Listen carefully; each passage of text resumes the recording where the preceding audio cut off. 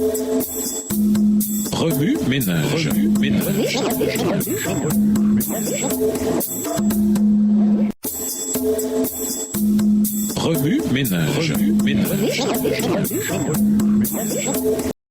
Bienvenue à notre émission Remue ménage. Voilà une leçon de lundi, interprétée enfin chez soi. La réponse de Josué à la réponse initiale du peuple est quelque peu alarmante. Une partie de sa déclaration semble avertir le peuple qu'il ferait mieux d'obéir car Dieu ne supportera ni vos révoltes ni vos fautes. Josué 24, verset 16. Si cette demi-phrase est isolée, en revanche, elle transmet un message qui contredit directement les nombreuses promesses bibliques selon lesquelles Dieu est tout disposé à pardonner. Cependant, lorsque nous lisons la déclaration complète comme une seule pensée, le sens change. Josué dit au peuple, vous ne serez pas capable de servir le Seigneur. C'est le vrai Dieu et il exige d'être votre seul Dieu. Il ne supportera ni vos révoltes ni vos fautes. Si vous l'abandonnez pour adorer des dieux étrangers, il se retournera contre vous, vous fera du mal et vous exterminera après vous avoir fait tant de bien. Josué 24, versets 19 et 20. Josué leur expliqua que Dieu n'accepterait pas un culte ou un service partiel. Il n'y a pas de pardon pour quelqu'un qui apparemment sert Dieu, mais cache en réalité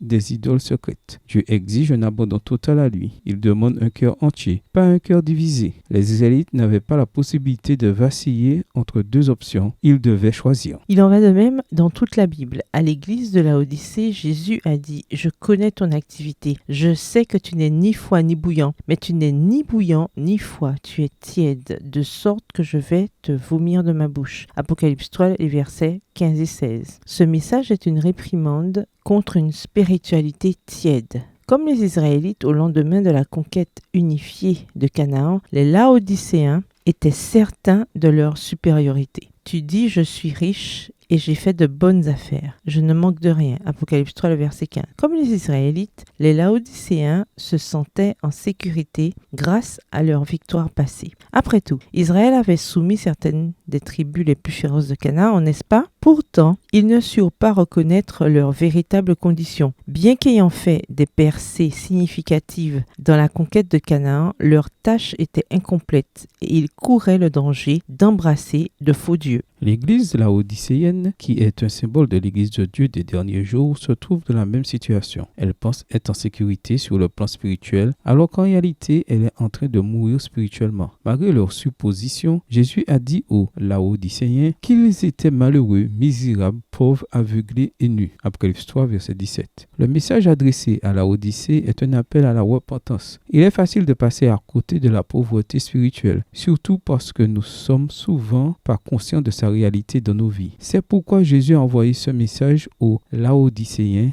et par extension à nous, son Église des derniers jours. Puissions-nous recevoir ce message et choisir Jésus dès aujourd'hui. Remue ménage, après avoir regardé votre texte écrit et annoté, quels éclairages particuliers vos notes semblent-elles indiquer dans l'ensemble? Quelles questions émergent après l'étude de ce passage? Quelle partie trouvez-vous difficile? Quels autres principes et conclusions découvrez-vous? Quels sont les autres principes et conclusions que vous avez trouvés? Prenez un moment pour prier. Demandez à Dieu de vous montrer les domaines de votre vie où vous avez besoin d'un réengagement spirituel. Au revoir. Et à demain si Dieu veut.